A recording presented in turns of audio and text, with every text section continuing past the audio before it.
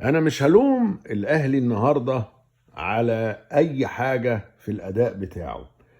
مش هلوم الشناوي في اي لعبه لعبها.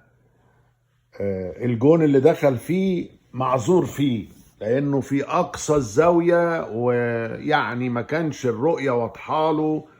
واللعيب بتاع سان داونز ده كان بعيد شوية، ما كانش هو او الدفاع يتخيل انه هيفكر يبعتها من بعيد كده. المهم، انا مش هلوم حد ولا المدرب ولا الادارة ولا حاجة.